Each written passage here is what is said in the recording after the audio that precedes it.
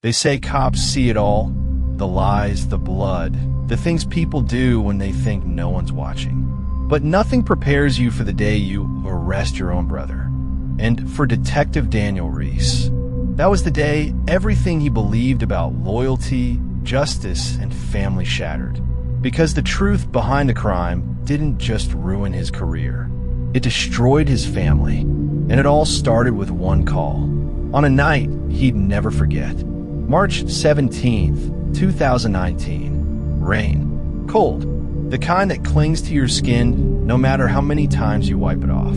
Detective Daniel Reese had been working homicide for 11 years. Hard cases, bad neighborhoods, and sleepless nights, they all blended together. Until 2:13 a.m., the radio crackled. Units respond to a 10 to 54. Possible homicide. Location, Westbridge Motel, room 206. Daniel grabbed his coat and keys. He didn't know it yet, but this wasn't just another murder scene. This one would follow him home. When he arrived, the motel was swarming with uniforms.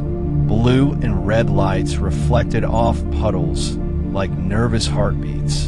An officer met him at the tape. Single victim, male, 30s.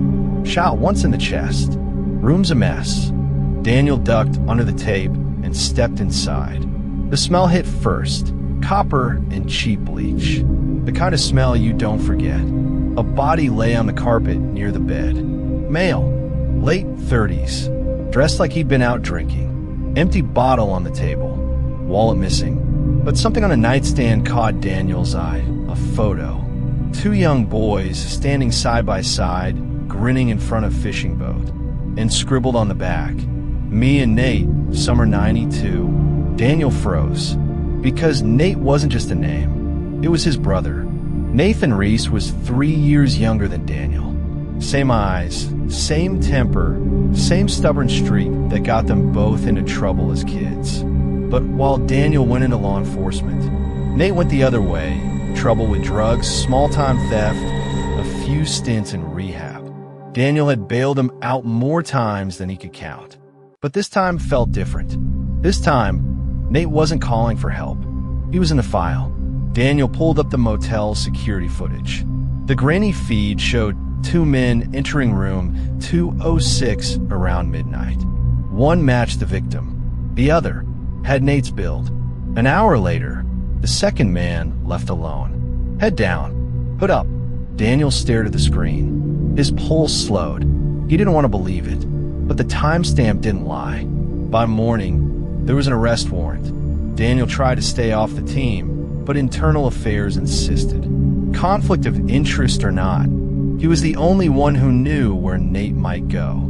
He found him 12 hours later, in their late father's old cabin near the river. The same cabin where they'd fished, fought, and made promises they never kept. Nate was sitting on the porch, smoking. He didn't look surprised to see Daniel. "You finally here to arrest me?" Nate said. His tone was calm, almost amused. Daniel's voice was cold. "You killed a man last night." Nate shook his head. "No, Danny. I didn't kill him. I just watched him die." Daniel cuffed him anyway. He didn't want to hear excuses. Didn't want to think about what it meant to drag his brother into the back of a squad car. As they drove back, Nate stared out the window, rain streaking the glass like tears. "You ever wonder what Dad would think of this?" he asked. Daniel clenched the wheel. "Don't talk about Dad." Nate laughed, a quiet, bitter sound. "You really don't know what's going on, do you?" At the precinct, Daniel wasn't allowed in the room. Conflict of interest.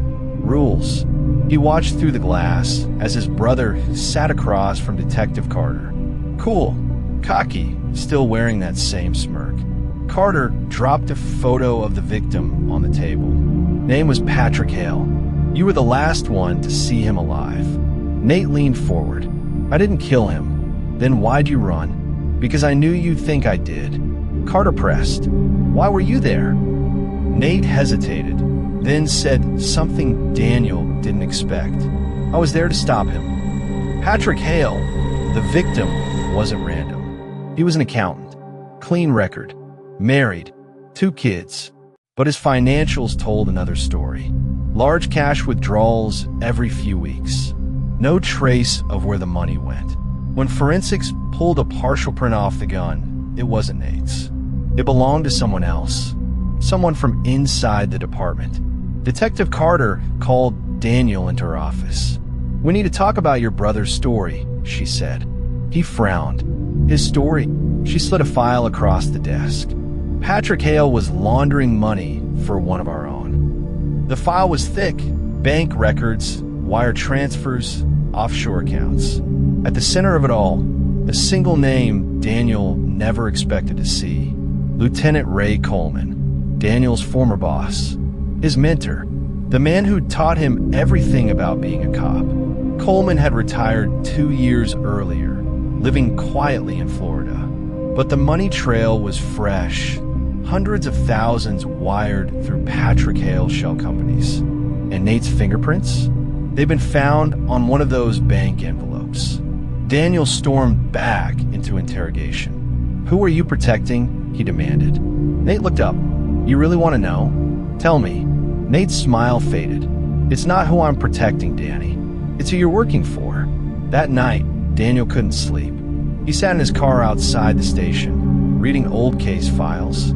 Closed ones Coleman had signed off on. Dozens of them. Narcotics busts, seized cash, evidence logged and forgotten. But the amounts didn't add up.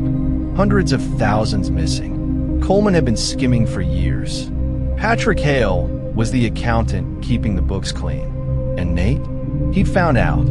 Daniel drove back to the cabin. He tore through the place until he found it. A shoebox under the floorboard, full of letters, photos, and a single flash drive. The video on it was grainy, but clear enough. Coleman, Patrick Hale, cash on the table. And in the corner of the frame, Nate filming. Daniel's chest went cold. It wasn't murder. It was cleanup. The next morning, Daniel went to internal affairs with the evidence. But when he got there, the box was gone. His locker, his desk, all cleaned out. Carter found him an hour later, pale and shaken. "Someone broke into evidence overnight," she said. "Files are missing. Surveillance was wiped." Daniel already knew who it was. That night, Daniel's phone rang. Unknown number. A familiar voice on the other end. "Daniel, you're making a mistake." "Coleman, I warned your brother to leave it alone. He didn't listen. Don't make the same mistake." Daniel's grip tightened on the phone. "You killed him." Coleman chuckled. "You think I pulled the trigger? You think I ever get my hands dirty?" Then the line went dead. Daniel went straight to holding. But Nate wasn't there. Transfer papers said he'd been moved, signed by an officer who no longer worked at the precinct. The cameras were down, the logbook missing. No one knew where he went. Hours later, a deputy found a car abandoned off Route 9. Engine running, driver's side door open. Blood on the seat. Inside, Daniel found his brother's badge. A fake one Nate had carried as a joke since they were kids. And taped to the steering wheel, a note. "He's not done yet." Daniel resigned the next day. No badge, no backup, just a gun and a mission. He drove 12 hours straight to Florida, to Coleman's coastal house, the same one built with stolen money. It was quiet, too quiet. Inside, photos lined the walls, plaques, medals, newspaper clippings. And in the center of the living room, a framed picture of 2 young detectives, Coleman and Daniel. He tore it off the wall. Behind it was a safe. Inside the safe, cash, passports, and a file labeled Reese. Inside the file was everything. Photos of Daniel's family, his brother's arrest record, phone logs, transcripts, surveillance stills. Coleman had been watching them for years. A voice came from behind him. "I told you to leave it alone." Daniel turned. Coleman stood there, older now, slower, but still carrying the same smug authority. "You killed him," Daniel said. Coleman smiled faintly. "No, you did." Coleman explained it all. How he'd framed Nate after the motel shooting. How he'd made sure the video disappeared. And how Daniel, loyal, dutiful Daniel, had done half the work for him without realizing it. You wanted to believe your brother was guilty, Coleman said. It made it easier than facing the truth. Daniel raised his gun. Where is he? Coleman smiled, then faltered. You still don't get it, do you? He's been dead since the night you arrested him. Daniel's hand trembled. You're lying. Coleman shrugged, then checked the river. They found Nate's body 2 days later, caught between the rocks downstream from the cabin. Single gunshot wound. Time of death, the night he escaped custody. Daniel sat by the riverbank for hours, watching the current move, thinking about all the cases he'd solved, all the men he'd put away, and how he never saw this one coming. Coleman was never charged. The files vanished. The witnesses recanted. The department called it a tragedy, a misunderstanding. But Daniel knew the truth. He just couldn't prove it. A year later, Daniel left the force for good. He moved to a small town up north, grew out a beard, stopped answering calls from the department. But every few months, a letter arrives. No return address, no message inside, just a single photograph. A river, a cabin, and a man's shadow in the doorway. Sometimes the photo is recent, sometimes it's decades old, but the shadow is always the same height as his brother. This is Hidden Case Files, true crime, where the lines between guilt and innocence blur. And sometimes, the deepest crimes run through family. Subscribe for more haunting stories, because some truths don't die, they live in the blood.